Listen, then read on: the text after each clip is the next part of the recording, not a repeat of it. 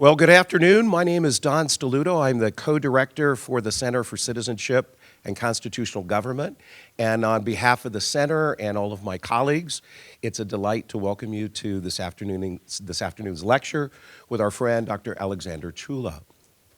Dr. Chula has been here for several days engaging faculty and students on a book that he wrote called Goodbye, Dr. Banda. And this is a book from which the lecture today will come. And it's a book in which it's deceptively accessible. It reads very well. He's a very compelling writer. But in the book itself are a number of very big questions that raise, for us, questions about the value of education, the value of the Western canon, the transmissibility of education and tradition, and especially the what is constitutive question. So it's a book that has lots of big questions in it. I'm sure that we're going to have even more questions for him after the lecture is done, but it's a delight to have him with us. His work was brought to our attention by a colleague, a very thought-provoking and talented postdoctoral scholar of ours, Luke Foster. And Luke brought this to our attention. For those of you that don't know Luke, Luke is not only an accomplished scholar, but he has great ties to Africa, including being born in Malawi. So for Luke, this was a great introduction into the work of Dr. Chula, as well as to his own expertise. Now for this afternoon, we have a tradition at the center, and that's having one of our students introduce our guest speaker. And so this afternoon, our student introducer is Alejandro Ricardo. Alejandro is a sophomore Tocqueville Fellow, majoring in political science and with a minor in theology. She was born in New Jersey and went to school in the Dominican Republic before returning to the United States to attend Notre Dame. After the talk, Luke Foster will moderate for questions and answers. We'll be working the microphones for all of you that have questions. But until then, I will turn it over to Alejandra to introduce our guest. So welcome, and welcome to all of you. Good afternoon, and thank you all for joining us. It is my pleasure to introduce Dr. Alexander Chula. Dr. Chula is a Thai-British medical doctor and writer, currently living and working in London. He studied classics at Oxford, then medicine at the University of London. His first book, Goodbye, Dr. Banda, was published by Polygon in 2023. He has also written for The Spectator, The Daily Telegraph, and The Critic in the UK, and for the New Criterion and the National Review in the United States. He has lived and worked in the UK, Thailand, Malawi, and Italy, and is interested in cultural exchange between Europe, Africa, and Asia. Thank you for joining us, Dr. Chula. Thank you very much indeed for the extraordinarily warm and enthusiastic welcome that I've had at Notre Dame. It really is such a positive, warm atmosphere here that I've walked into, so I really appreciate this invitation. And I really appreciate the interest in my book, because why, after all, should anyone be interested in a tiny, impoverished, landlocked African country that most people have never heard of? Well, my answer is that this book may be set in Malawi, but it's really about us in the West. It's about how we engage with cultures that are wildly different from our own. And this matters, now especially, as America in particular seems poised to withdraw from the world following its failure in Afghanistan. Conscious, I sense that was as much a cultural failure as a military and political one. But going back before that, there'd come to prevail in the West a view of ourselves that I think needed to be interrogated. A view that we could congratulate ourselves for our curiosity, our sensitivity, our multiculturalism, and we set this against the prejudices and Eurocentrism of times past. But Malawi offers a case study that completely upends that narrative.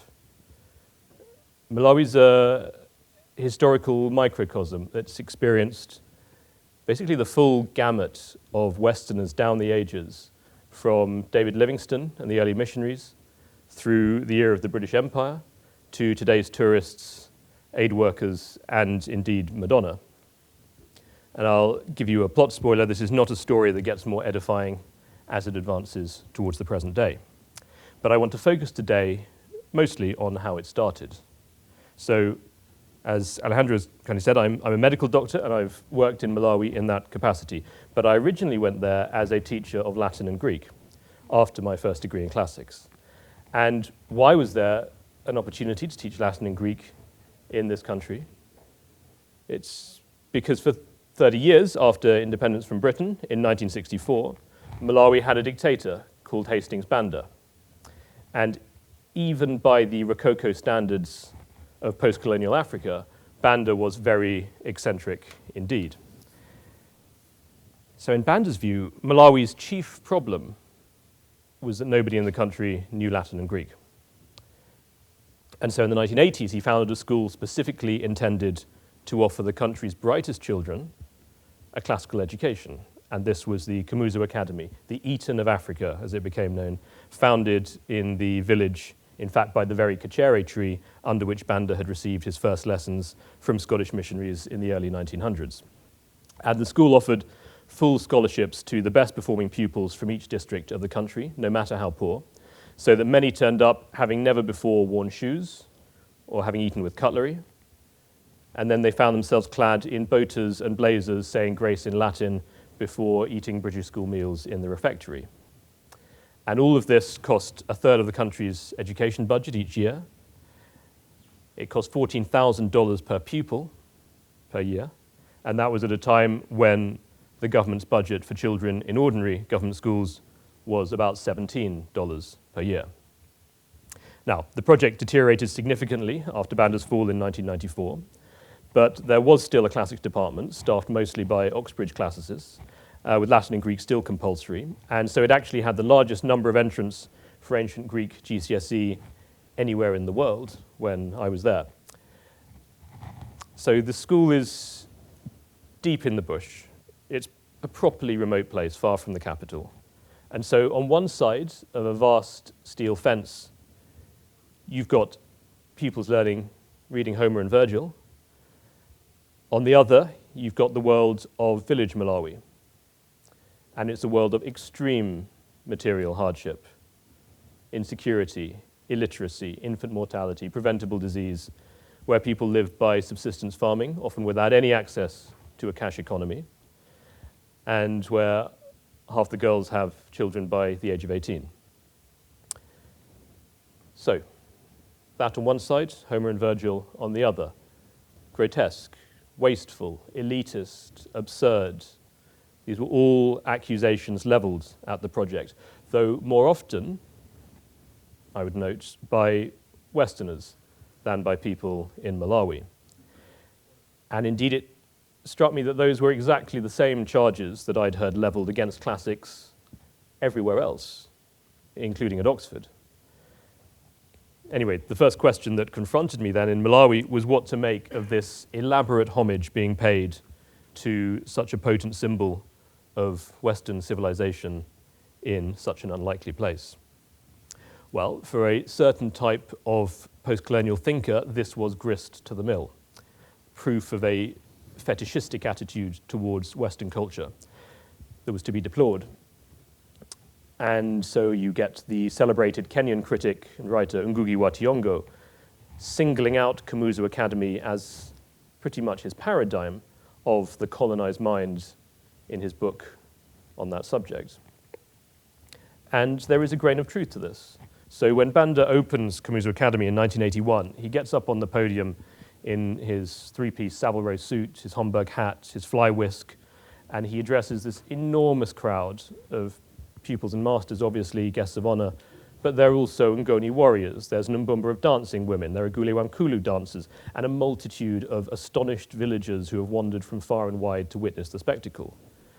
And he addresses them by saying, anyone who is not interested in studying Latin and Greek has no place at this school. And he then proceeds to declaim page after page after page of Caesar's Gallic Wars in Latin.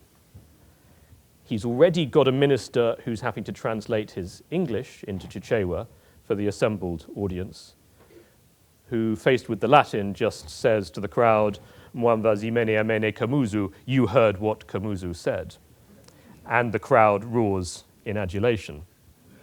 So, of course, there is deep silliness here, but it's not the whole story. Banda was an African dictator. It will not surprise you to learn that he had many grievous faults, but he was also an intelligent, highly educated man with unique, indeed astonishing experiences of both Africa and the West. So just a little detail on that. He'd been born into a peasant family, the country's predominant Chewa tribe, probably around 1897, when the territory had just a few years before become a British protectorate. And as a teenager, he set off on foot and he walked 1,500 miles to South Africa, hoping to get to a place called Lovedale because it was reputed to offer the best education available to black Africans anywhere on the continent, and in particular one that offered Latin and Greek. But he didn't get there. He ended up working in the mines on the Rand.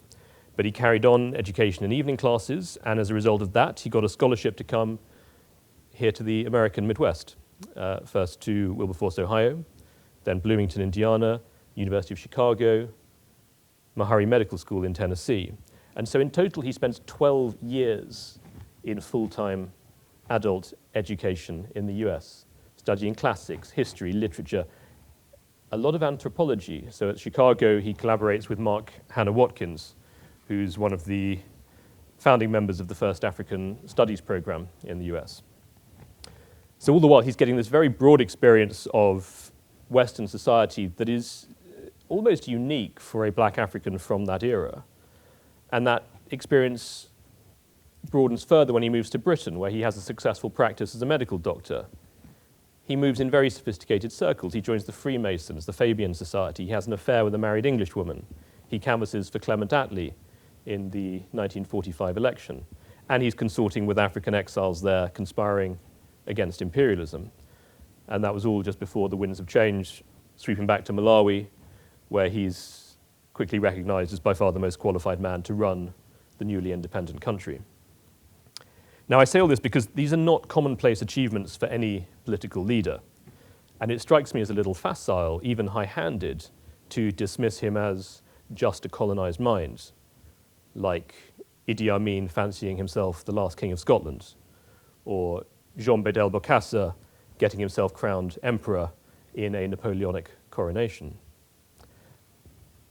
But there's actually there's a larger point that I'm keen to make, and that is that if you step back and take a longer view, what you'll find is that Banda's obsession with classics is not some aberration that comes out of nowhere.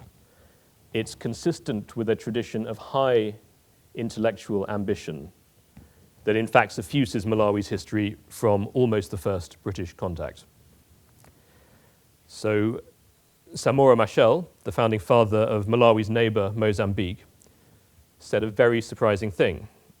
He said the difference between British and Portuguese colonialism was that the British sent to Africa their best, the Portuguese their worst.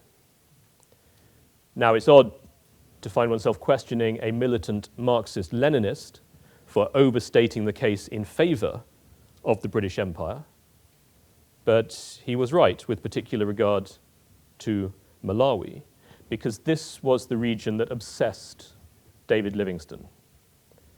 It obsessed Livingstone because in the mid-19th century, once the transatlantic slave trade had been suppressed, the largest slave trade in the world was that conducted on Africa's east coast. And the major source of victims was the territory around modern-day Malawi. And when Livingstone explored it in the 1850s and 60s, the situation there could fairly be described as hell on earth. So slave raiding was rampant. It was conducted by the Arabs, their Islamized African accomplices, by the Portuguese, by a class of Portuguese African robber barons who had carved out private fiefdoms for themselves. And in addition, there were the Ngoni, an expansionist tribe of the Zulu diaspora who'd entered the region from the south. And all this resulted in endemic into tribal warfare, disruption of agriculture, perennial famine. Livingstone called it the open sore of the world. And it's important to note that naval policing of the coast did not work. Far from declining during this period, the slave trade here was actually rapidly expanding as the Omani Arab Empire and its plantation economy reached their zenith. So Livingstone realized that what was needed was missionary settlement deep in the interior. This is the infamous 3 C's of commerce, Christianity, and civilization, which causes so much embarrassment today. And incidentally, perhaps of interest to American listeners, he actually had an even more specific vision. He mistakenly believed the territory of Malawi would lend itself to massive-scale cotton cultivation, which he thought would serve the additional purpose of undermining the economies of the American South. Well, he was wrong about the cotton, but the rest of his vision was triumphantly enacted. Not that he achieved much personally. Livingstone was often a surprisingly impractical man, but he was a visionary with an extraordinary power to inspire others.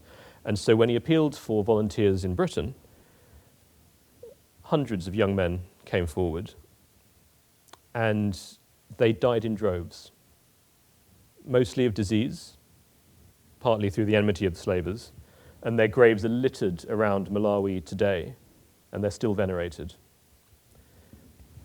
And a little further away in the Anglican Cathedral in Zanzibar, there's a very moving plaque with the words, "In memory of Livingstone and other explorers, men good and brave, who to advance knowledge, set free the slave, and hasten Christ's kingdom in Africa, loved not their lives even unto death."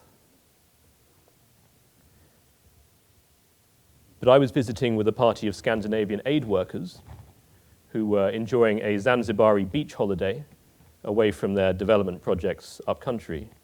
And their response to the plaque was, well, they were all just colonialists.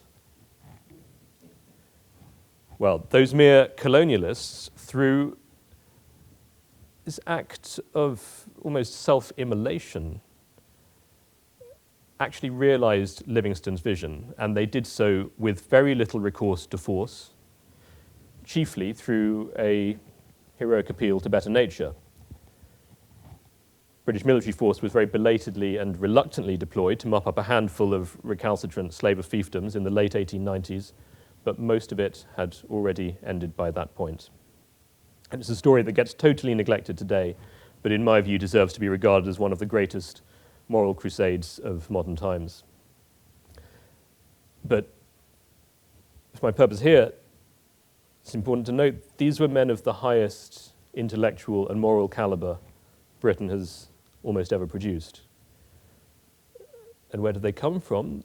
The first wave came mostly from Oxford and Cambridge, because that's where Livingstone directed his initial appeal. And so they were classicists, linguists, mathematicians, theologians, physicians, and they were all giving up comfortable, often lucrative opportunities elsewhere to go to Central Africa, where their chances of survival were so slim, it became something of a tradition to pick your epitaph on the outward journey from Britain. So after the first wave of Anglicans from Oxbridge, it was actually Scottish Presbyterians who came to predominate. But in both cases, these were men of extraordinary caliber. And what the Scots brought was a lofty, sometimes austere vision of the power of education for social improvement. And this went right back to Livingstone himself.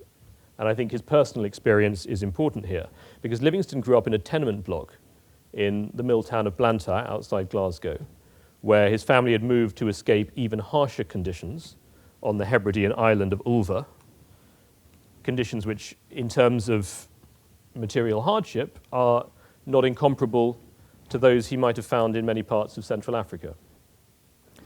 And Livingstone's parents live in a single room with their 7 children. And like most of them, David goes to work from age 10. And it's difficult, dangerous work, darting between the moving parts of the spinning jenny to fix the broken cotton threads. But alongside this, the mill owner had set up a school for his workers' children, which Livingstone attended, and he found the energy to fit in 3 or 4 hours of study after his 10 or 12 hour work days. And through this, he became proficient in Latin, enough to read Horace and Virgil in the original, which is something many students at Oxford struggle with after 4 years at the university. And it wasn't just Livingstone. He became one of the most renowned figures of his age, but his siblings also bettered themselves independently of his success through education. And it was a very similar story with another figure who is crucial to this story, and that is Robert Laws, who's a titan of Victorian missionary endeavour, who's now consigned to almost total oblivion in Britain, but he's remembered with reverence in Malawi. Now, Laws grew up in poverty in Aberdeen, but he idolised Livingstone, and he was determined to follow in his footsteps. So he self-educated himself, including in Latin and Greek. And he couldn't afford a Greek grammar, so he persuaded a local bookseller to lend him a grammar so that he could produce a complete facsimile by hand. And that was how he taught himself Greek. And that was how he got himself a scholarship to study medicine at the University of Aberdeen. And immediately on qualifying, he went out as a medical missionary to Central Africa. And it then took him 12 years of wandering around Lake Malawi, losing colleagues to disease, surrendering mission station after mission station, until he finally founded one that flourished up on the edge of a remote plateau in the north of Malawi. And if you go today, you'll find what looks like a small Scottish town with a rather splendid church, a hospital, workshops, houses, built by Laws. And he actually did personally labour at many things, including quarrying, agriculture, all the while he was preaching and practicing medicine, trying to intercede between warring tribes in the area. Laws even teaches himself electrical engineering, and so he's able to construct the first hydroelectric power station in the region, and it's still supplying Livingstonia today. But remember the inscription on the plaque. The first cited purpose was to advance knowledge, and education was absolutely central to the whole program. But before he could embark on that, Laws had to learn the local languages. He mastered 6. He then had to produce a Manganja dictionary and a translation of the Bible. And only then is he in a position to start teaching his parishioners how to read it. Now, there's a widespread view that British colonialists foisted an alien culture on unwilling subject peoples, and sometimes that did happen. But again, it's not the whole story, because what Laws unlocks at Livingstonia is an absolutely immense appetite for literacy among local peoples. And so he's quickly able to expand the curriculum to include Latin, then Greek, Hebrew, literature, philosophy, theology. And through his efforts, northern Malawi becomes one of the most educationally advanced provinces in the whole of British Africa.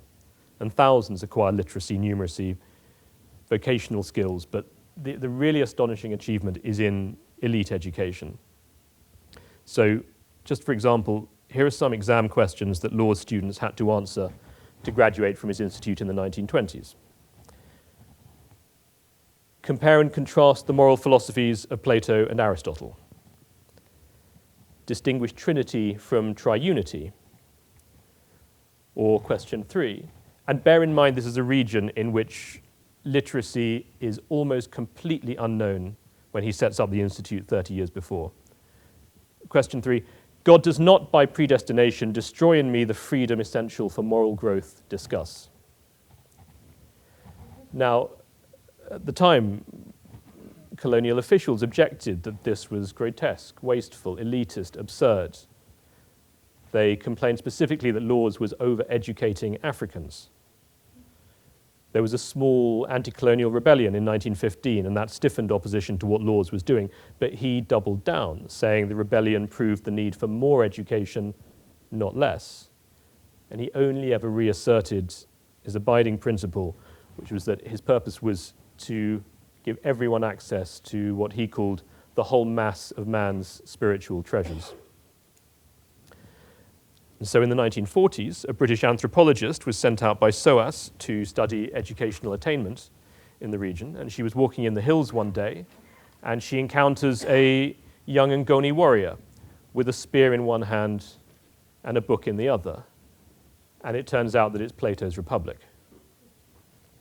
But when I related this anecdote to a young Oxford-educated civil servant working for Britain's overseas development department, he just grimaced and, with a pained expression on his face, just muttered something about cultural imperialism.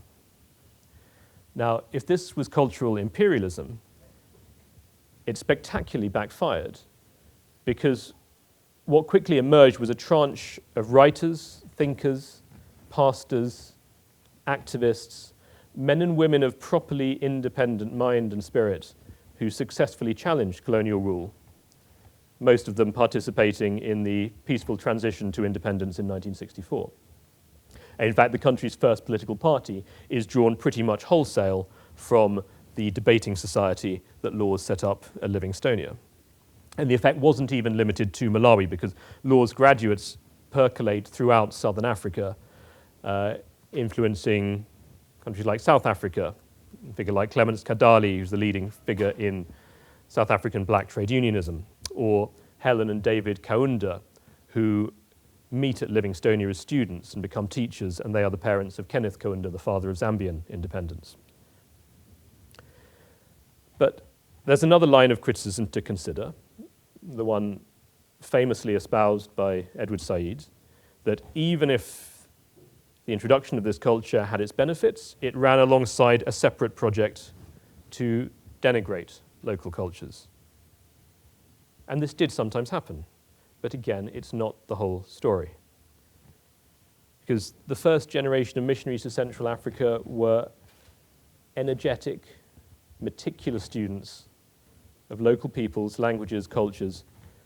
Many of them had been raised in the tradition of classics, and they used that as the paradigm for approaching the unfamiliar world around them in a way that was structured, systematic.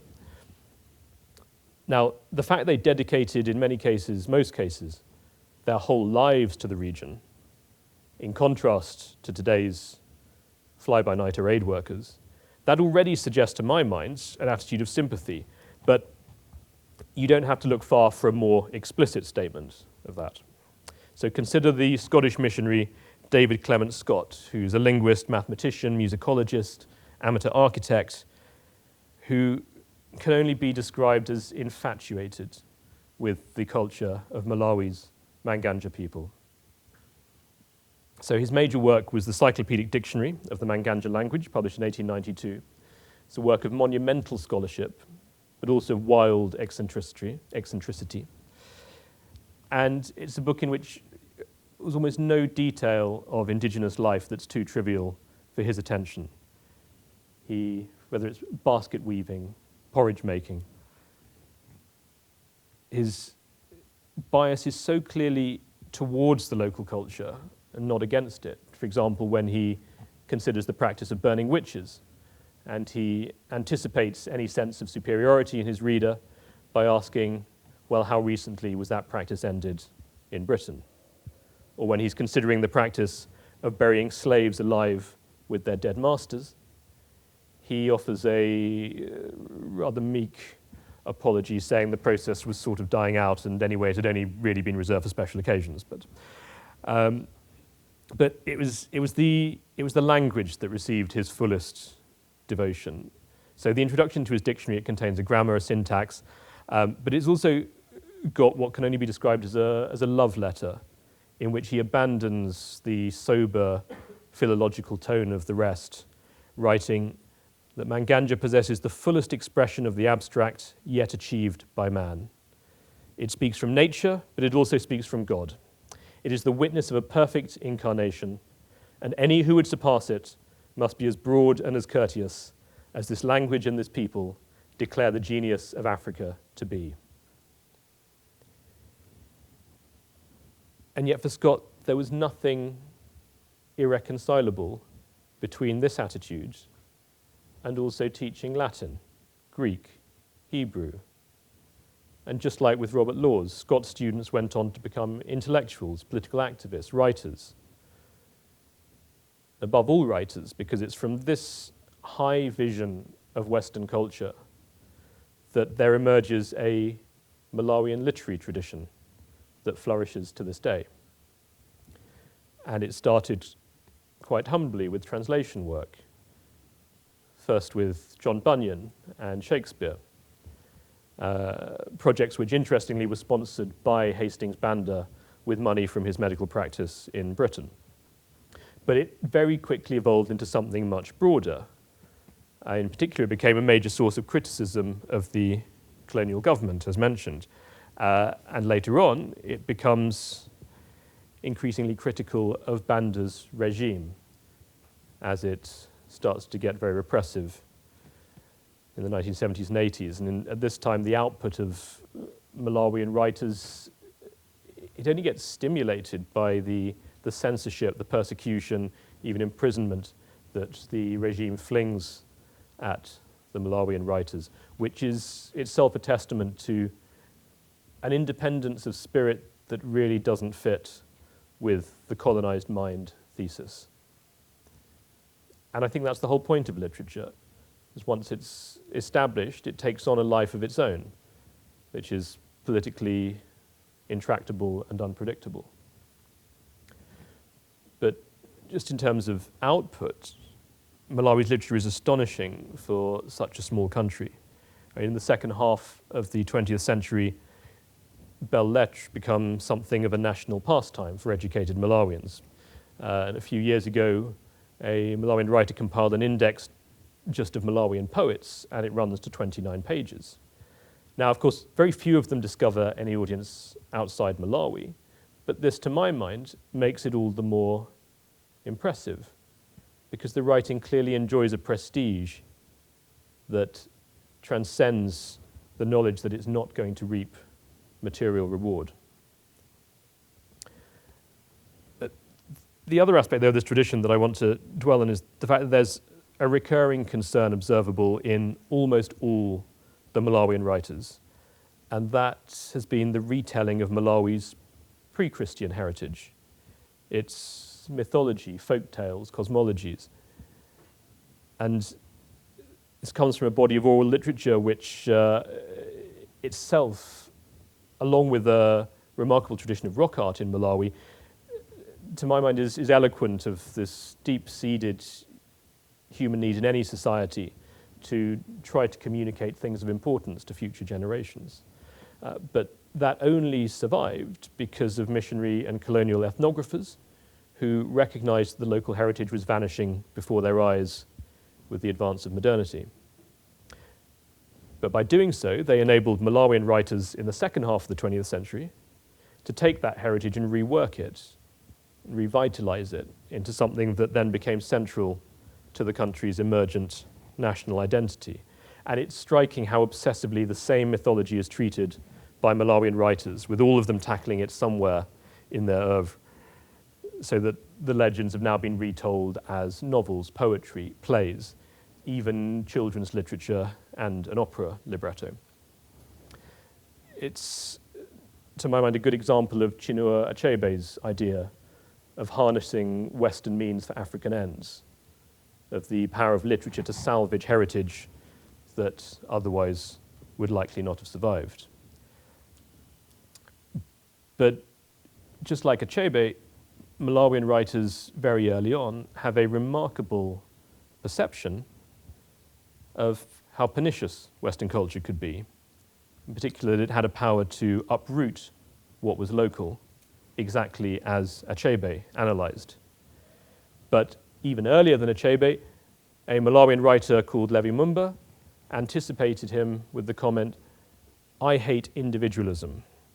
The European brought his individualism and thrust it on the native, and it has torn son from father and one man from another." Now, that was written in 1930, when the European population in Malawi was less than 2,000 people. And so it seems almost miraculously prescient to me, given that it's many decades before Malawi had to contend with that paragon of individualism, Madonna. I'm being flippant, but only partly so. It's also a serious point, because Madonna is nowadays the one person that most Malawians identify with Western culture. It's often the only Westerner that any Malawian could name. And it's all because of her notorious appetite for Malawian babies. And so through her, the country's been confronted with a version of Western culture that's so radically materialistic that it effectively reduces Malawian children to the status of purchasable commodities. But I don't want to heap all the blame on Madonna, because in some ways she's just an egregious example of a culture which most visitors carry with them to Malawi, even if inadvertently. And this is not least because the very transience of their encounters itself possesses a glamour through its implied freedom and leisure that's totally unattainable for the Malawians before whom it's exhibited. But it's a glamour that has a great power to diminish the value of anything local.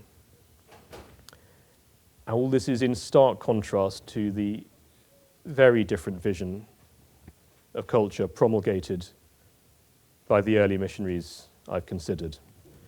It's a vision that consistently asserted values above the material. Well, isn't it perverse, though, to fret about any of this in the 10th poorest country in the world? Shouldn't the focus be on material, practical things? Well, I don't think Westerners can presume anymore to answer that question on behalf of others. The West's recent prescriptions for Malawi have notoriously failed to result in the promised miracle of development. This is famously the country where a British overseas development minister recently observed that we've spent £4.5 billion and the place is poorer than when we started.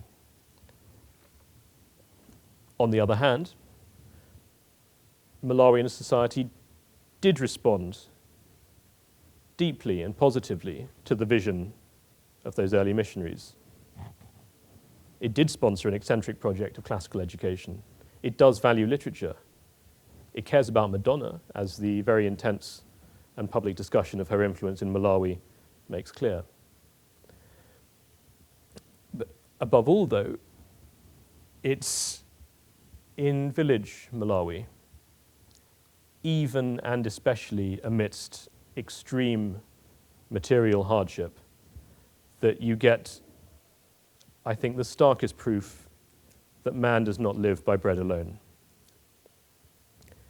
The literary tradition may be the work of educated Malawians, but for its inspiration, it draws on a wider, older culture that you encounter in even the most wretched Malawian village, where there is music, oral literature, folklore, ancestor worship, dance, and they're all taken absolutely seriously. Above all, dance, which is combined with ancestor worship in a way I'll briefly describe by way of conclusion. It's called Gule Wamkulu, the great dance, and it's the central cultural expression of Malawi's Chewa people. Now, it's a masquerade in which the dancers don grotesque masks, each representing some real or mythical character with a particular moral fable to impart. And your first instinct as an outsider is to think this might just be elaborate entertainment. But the interesting thing about Gule is its religious dimension. The masks are held to possess magical powers. So when the dancers put them on, they are transformed into the spirits of the ancestors, who are thereby enabled to participate in the world of the living, to impart their wisdom to the living. And so whenever I've asked people in rural Malawi to explain Gule, I've always had the same arresting answer. They say, well, they are dead men who come out of the graves to dance for us. Well, when I was at Banda's school, we put on a Euripides tragedy in the village, the Bacchae, with elements of Goulet incorporated into the performance. And there were lots of fascinating parallels with the classical world. But what struck me most was the sense that in performing a Greek tragedy, in learning Latin and Greek, in fact, in reading any literature, your purpose is fundamentally the same as that of Goulet. You're trying to recover the voices of the past. It's what T.S. Eliot and W.H. Auden both called the communication of the dead. Auden adding, without which a fully human life is not possible. Now, they meant literature, but it's also a precise definition of Goulet. I'm not claiming some sort of miraculous coincidence here. It's just that Goulet is a particularly lucid expression of how fundamental is the need of any society to attend to the voices of its past. And that need is still keenly felt and met in Malawi. To my mind, it's the most obvious way in which the West could take lessons from a small African country. Thank you.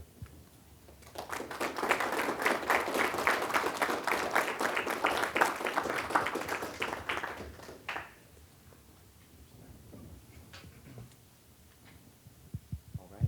Well, thank you very much, Alexander. You've given us a lot to think about in a short time.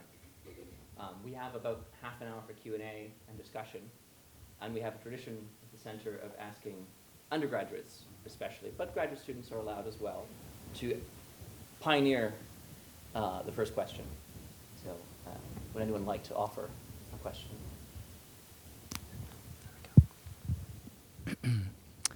Michael. Would you like to? Oh.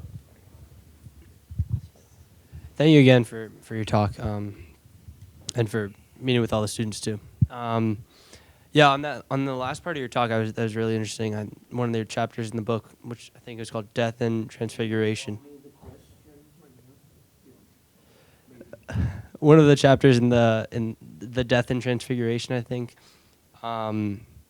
where it's like maybe these benefits of a really poverty-struck culture. You call it the omnipresence of death. Is kind of gives this benefit. Maybe could you talk about how that transfers for our Western culture, which really prioritizes, seems like these values of like health and life and comfort without a tradition. I mean, we saw that in COVID a lot, where you were prioritizing health, bodily health, over a lot of culture. So how can we learn, like specifically apply that to the Western culture? Yeah, how can we maybe change that? Like, are there ways you think that there's solutions for that for the Western culture? So in the chapter in question, perhaps for a bit of context, the focus is on how prominent, how unavoidable the presence of death feels in a country like Malawi. And it's something that is rapidly shocking for Westerners who linger around long enough. It doesn't usually take that long to encounter it. I mean, I remember just, I'd only been there a couple of weeks, and a carpenter came around to fix something in my house and said cheerio to him at the end of the afternoon. He was going to come back the next day, and then he didn't. And yes, he had just died, no explanation. And that was within a couple of weeks. And then within the first, year, I had, there was this actually rather, it was always a very mournful start of each term's assembly, as more often than not, there'd have to be a brief roll call for the pupils that had passed away in the in the long vacation that had just passed.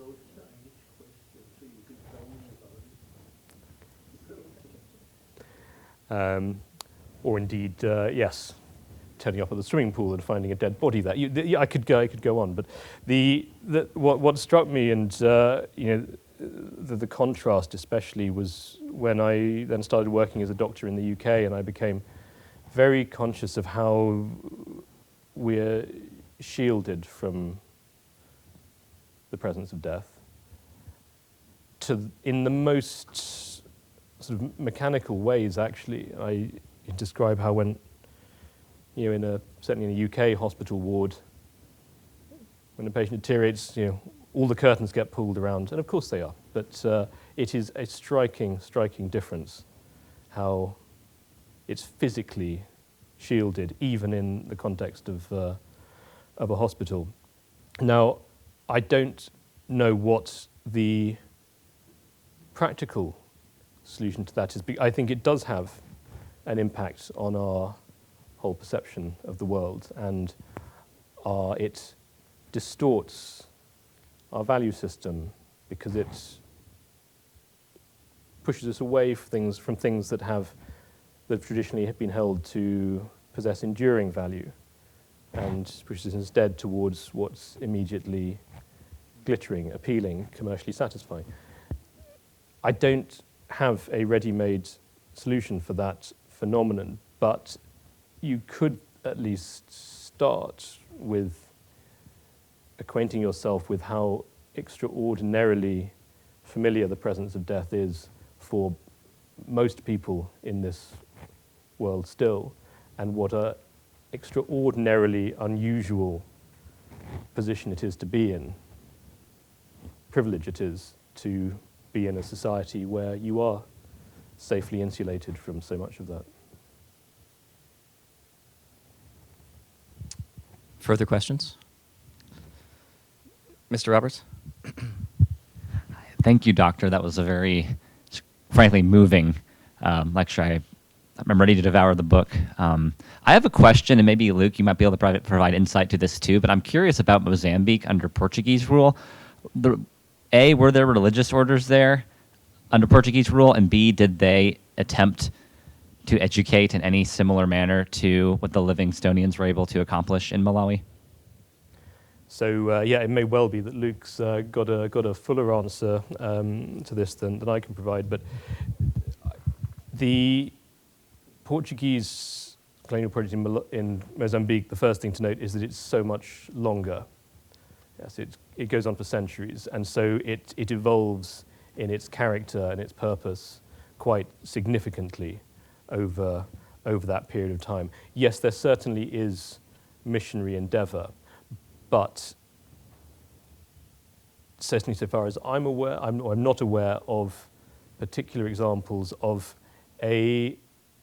let's say it's a purpose that runs in parallel to the Christianization, a purpose of introducing a higher vision of culture, which is obviously closely related to the religious, but also has a separate identity and existence from that. But you were actually, though, mentioning something about the celebration of Camões in Mozambique under colonial rules. So perhaps you can supplement that answer with. Well, I don't want to take too much time, but briefly, I think I can say yes. There are different periods. It's important to periodize well. There are some early attempts. There are actually some Dominican martyrs in 16th century Mozambique who came to the kingdom of what was called Monomatapa in the center of the country, had some evangelistic success, but were eventually murdered by a rival claimant to the throne. There were also Jesuits on the way to Goa, especially, who stopped in Mozambique at times. But broadly speaking, until the 20th century, there isn't a major educational or evangelistic effort in Mozambique. And even when the Portuguese do try more in the 20th century, they are handicapped by this fear that especially literacy and especially higher education will generate initially resistance and then revolts. And so I would say the exemplary missionaries are often at odds with the colonial administration for this reason. There are Scottish Presbyterians coming from Nyasaland, what becomes Malawi, who try and do actually the first mission stations, the first scriptural translations in northern Mozambique. And then the Dahonians of the Sacred Heart, I would also point out, are an Italian and French missionary order, which is often at odds with the colonial state, but they also do a great deal of Catholic education. I suppose, actually, reflecting further, just a couple of things to add to that as well, because I think there are some other important ways in which the Mozambican project is different from the British one in Malawi. And the first is to note that it does not have the, well, I think it's appropriate to call, albeit slightly anachronistically, the humanitarian vision. So the Portuguese are still slaving long after the British have tried to, have in fact eliminated it mostly in Malawi. And in fact, it's programs like that undertaken in Malawi that are really the foundation of the humanitarian movement. It evolves from, I think, those high-minded British, specifically British missionaries from that period. The other thing to note, and I hope this isn't just too much of a pile-on the Portuguese, but an important phenomenon is noting that there is a sort of equivalent phenomenon of voting with your feet in this period. So once the missions have been established and a measure of peace and stability has been brought to Malawi, there is, for the scale of the population at the time, there is mass immigration into Nyasaland. And it's curious because initially there's real exuberance amongst the people who've arrived there. The conditions that the Portuguese had created, even once slavery is officially ended, they've got a penal system which is so unjust and so severe in its punishment that it effectively creates a sort of slave labor force.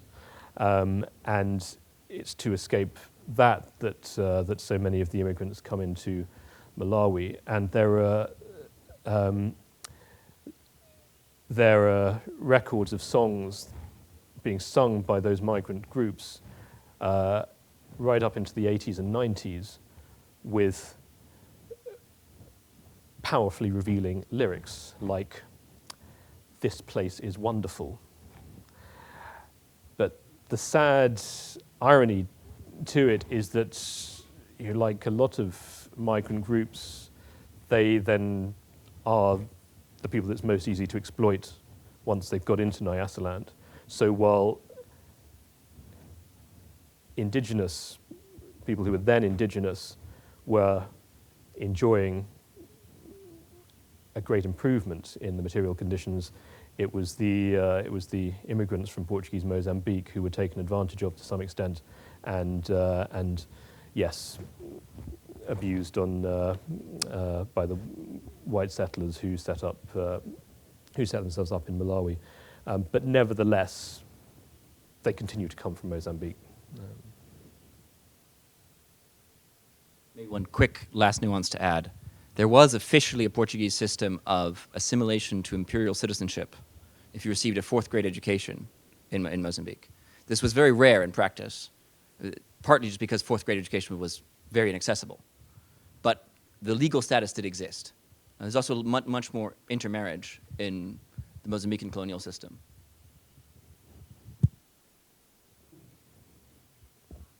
Professor Tay, I think. Yes.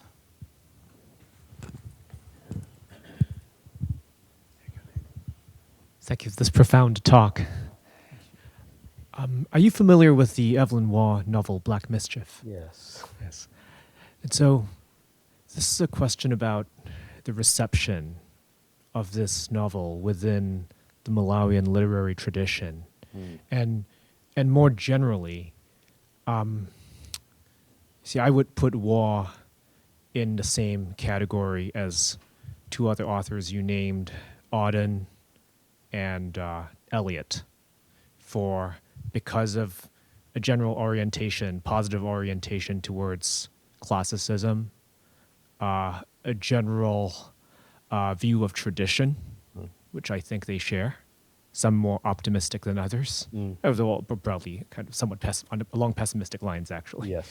And do we find in the Malawian literary tradition that these authors, these Malawian writers, gravitate towards the set of English? Well, we'll count Eliot as English for the purposes of this grouping. The set of, how shall we say, traditionally minded, classically minded English writers who are nonetheless modernists. So, War, no. Eliot, definitely yes. War, I think, is likely to remain unpalatable for Malawian readers for some time, I suspect. It's, of course, he is devoted to a classicizing tradition. He's devoted to a religion that he would share with with most people in Malawi, but he's also devoted to exuberant humor, and the humor is often very insensitive. It's often a cruel humor, and that's not specifically towards the Africans that he's talking about when he writes about them. It's towards absolutely everybody that he writes about. But I'm not aware of the response of, any Malawian to Evelyn Waugh. T.S. Eliot, on the other hand, was really enthusiastically embraced by the wave of Malawian writers that came to prominence in the 1970s. I suspect the discovery might have been initially accidental, but they were all in very close communication with one another. Most of them were good friends, and they were clearly just passing books between themselves. But Eliot's writing came to be very important for all of them, and you can see sometimes even direct quotation, but certainly heavy allusion in an awful lot of the Malawian poets, and I think yes, they did draw inspiration from that for their project of reaching back to an older heritage and trying to work out what it means for the present day, and that's why I make the specific comparisons with East Coker in my book. But I was just in Malawi in the autumn, and I went to visit Professor Felix Mtali, who's one of the sort of most famous writers of the Malawi Poets Group, as they called themselves. He's a very old man now; he's in his 90s, I think. But always fun to go and sort of dig around someone else's bookshelves, and there's plenty of T.S. Eliot there. But I was pleased to note what the book that he was actually reading the day I arrived and visited him. It was a P.G. Wodehouse novel. So Further questions? Yes, sir. Okay. Well, thank you. This was very fascinating. My name is Ellis. I'm a faculty member in the Q School. I'm from Ghana, but Malawi is my second home. I did my PhD work in Malawi. I still have most of my articles about Malawi water. I think I haven't read the book. I have to. So there's so many questions going through my mind.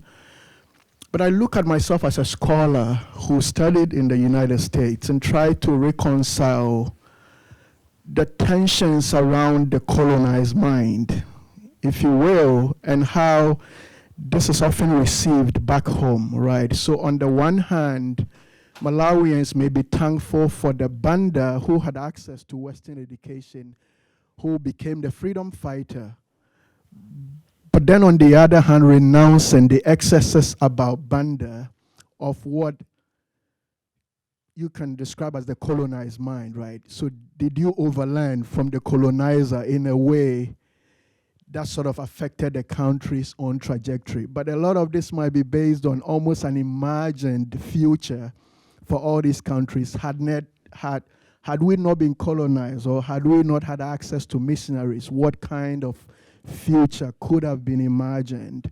So I wonder how you reconcile this, because your book is very interesting in sort of going both sides. So both the colonized, the colonizers, and how you reconcile these tensions, and just trying to get some clarity there, or your thoughts on that, if my question makes sense. Well, I think at the time of Banda's time in office, and in particular towards the end, when things start to fall apart, and he's become geriatric and corrupt and rigid and increasingly brutal and manipulated, and things are going badly, and especially that last decade when he's in his late 80s, 90s. And that coincides,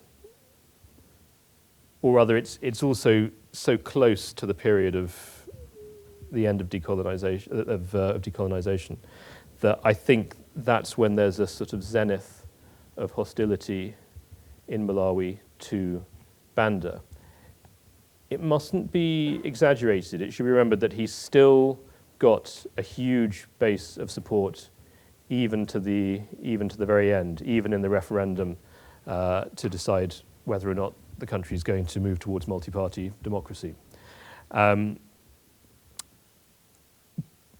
I think at that point there was still a hypersensitivity. Maybe hypersensitivity is an unfair way to put it. A sensitivity, because the colonial past was so recent, and because everything was sort of going wrong in Malawi. But I think now I get the strong sense the country has moved on from that. It's not just in Malawi. I sense this in quite a lot of countries in southern Eastern Africa, that a lot of the figures who were sort of vilified as the ogres of the 1970s, 80s are now being reclaimed as very, very far from perfect, but nevertheless the founding fathers of these countries, to be respected as such, to be accepted for all their faults. I think that's certainly the case with Nyerere in Tanzania. It's certainly the case with Banda. I've even noted it to be the case with Idi Amin in Uganda. And also I think I've even started to hear a recognition that Mobutu, for all his faults, was perhaps the only person who was able to maintain some semblance of order in the DRC. So I think there's an increasingly open-minded perspective about Banda, and so I mean it was very touching for me to visit Malawi back in the autumn and see my book very warmly received there, because I was nervous about that. I didn't know how they would receive it, but there's a much more sober, nuanced level of debate about these figures in these countries than I think Westerners expect of them. And I think Westerners almost expect the sort of hysterical responses, the hysterical level of debate that happens about these or related things here. And that's not the case. You know, the book talks I gave in Malawi, there would be very, very divergent views, but they were divergent views being held among friends and being held respectfully. And that included views about Banda, about the colonial enterprise in general, with Malawians saying things, positive things about the colonial experience, which, if a Westerner said them in the West, would provoke hysteria.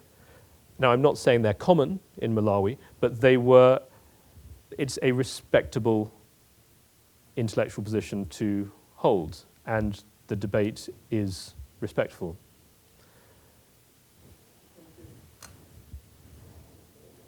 Let's see, more questions. Father Manuel. Yes.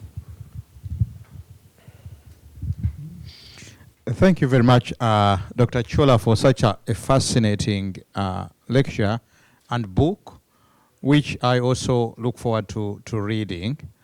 The number of questions that are running in my mind, the first one is the fate of the Kamuzu Academy now.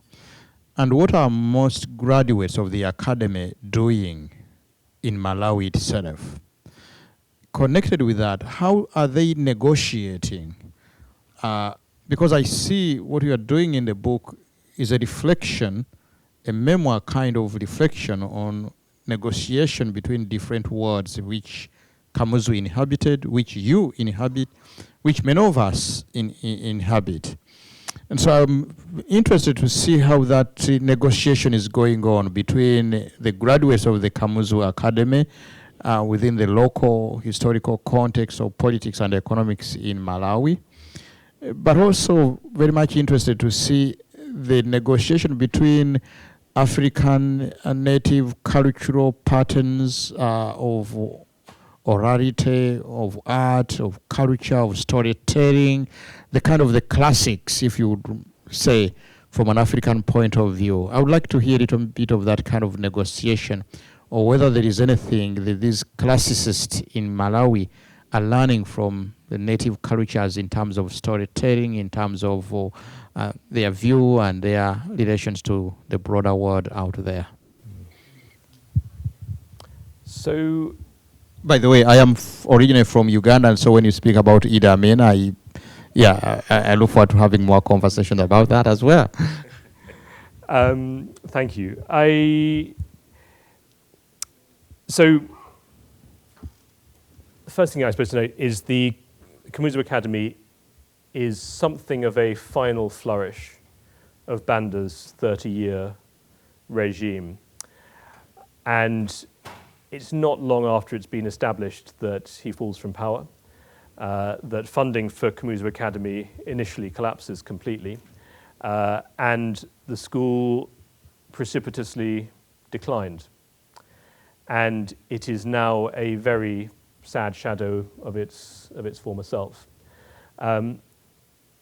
There wasn't, therefore, a huge period of time or a huge tranche of alumni that might have shaped Malawi's future in the way Banda expected. But there were still quite a few. And a lot of them, I'm afraid to say, went abroad.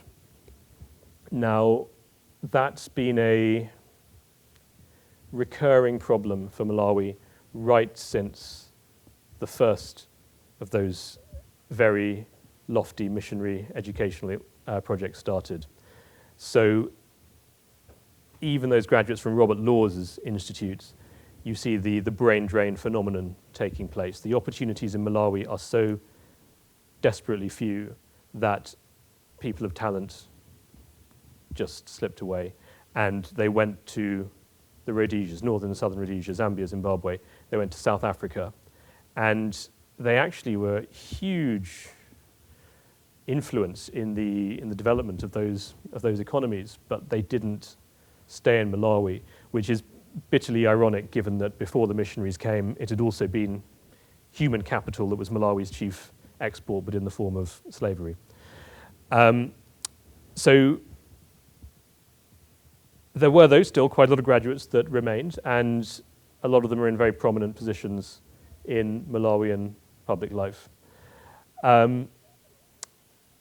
I've shied away in the book from that subject, and in fact from any real attempt to assess Banda's political legacy within Malawi, because I feel that's really something for Malawians to do.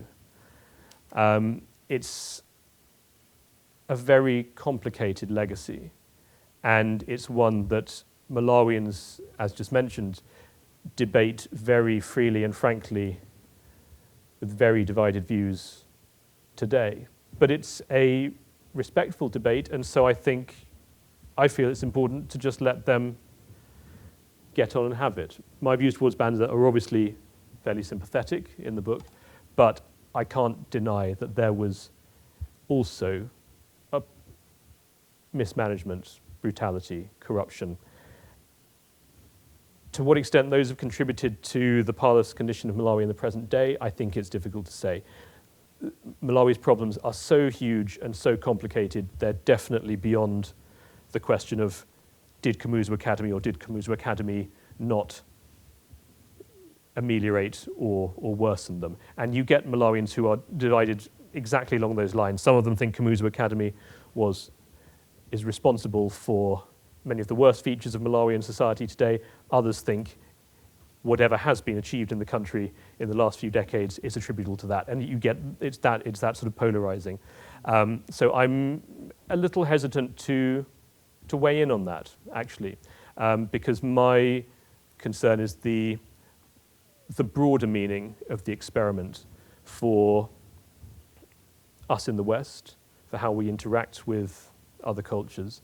But if I would say one thing, it's sort of weigh in with, I won't say advice, but a reflection.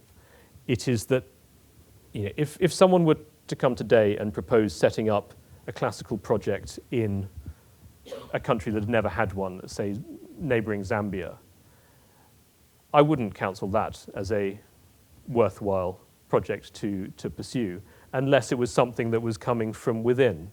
And if it was something that the people in that country were pursuing, then marvelous. However, in a country where the experiment has already been established, where you have built on a tradition of high educational ambition and prolonged that, then you're actually dealing with something rather unusual and rather special. And it's very easy to just let that fall away, let it disappear. Once you've got the tradition, I think you need to sort of try to salvage it, try to maintain it. In connection with the African classical traditions, even though they were mostly not written, oral traditions of expression, of orality, of culture, of drama, is there a negotiation between the Western classic tradition that is written, formalized, and these kind of native but rich, very rich? So, specifically amongst the Kamuzu Academy alumni, or more generally? More generally, yes. I think, though, you've got to think of it in bigger picture terms rather than looking at specific details of the classical heritage, which you can pick out the odd parallel here and there, but it's more in the bigger picture. It's in the fact that the classics stands as a symbol, if you like, or it stands for a broader idea of high culture, of literary culture. I mean, I think that's the context in which Kamuzu Academy is to be understood. It's not specifically the classical elements, it's more generally a sense of pride and excitement in the triumph of the written word. I think it's also important because, and this is made fairly explicit actually in Banda and other writers, what I think Banda takes above all from the classics is a sense of the power of literature to preserve heritage that's otherwise going to disappear. So, by way of a sort of anecdote that might illustrate that, there's a palace near the school, Banda's old palace, now fairly derelict, and I was able to get to the library to catalogue Banda's collection there. And it's like Miss Havisham's house reimagined in Africa. It's sort of got baboons charging through the forecourt. There's a nest of wild bees in a corner of the room. There are termites nibbling the silk wallpaper. And inside this strong room, which is plunged in darkness because there's no electricity, it's all just a chaos of bric-a-brac and jumbled papers. But I found this little chest with, like oak treasure chest, you would say. And I took it out into the sunlight and opened it to find it had a 1584 edition of Julius Caesar's Gallic Wars inside. So what was this priceless talisman of classical culture doing on the mountain in the middle of Africa? Well, I think it's actually quite significant, because Banda chose that mountain because it was the site of a battle in which his grandfather had actually participated. His grandfather had taken him as a boy to see the battlefield. And it was a battle in which his Chewa tribe was almost wiped out, but unexpectedly defeated an invading tribe of Ngoni. And Banda really clutched onto this bit of heritage, because when he came back from Britain, and he'd been away for decades, he is trying to recover whatever he can of the heritage of the area where he was born. So he's desperately trying to ask relatives for things they can remember. If there's any site he recalls himself, like an important tree or a drinking well, he memorializes it. But so little is remembered by anyone around there that you sense this frustration at how the history just slips from your grasp. He tries to find out where his parents' graves are. He can't even find his parents' graves. But the one thing he has got is the memory of this battlefield, because his grandfather actually took him to show him the site. And I think it's highly significant that the author that he was obsessed with, the classical author, was Caesar.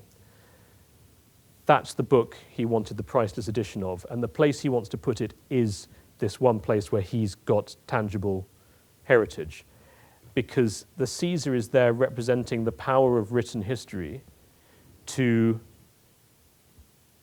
preserve memories not just from 2 or 3 generations before, but from 2,000 years before. So it's not in the specific details of Caesar's writings that you get the influence. It's in the much bigger idea of what classical literature, what in fact even having a classical tradition at all means in terms of cultural transmission. So I'm afraid for the sake of time, we'll have to wrap up there. But first, I want to thank our audience online for joining us remotely. I want to thank all of you for coming and offering such thoughtful questions.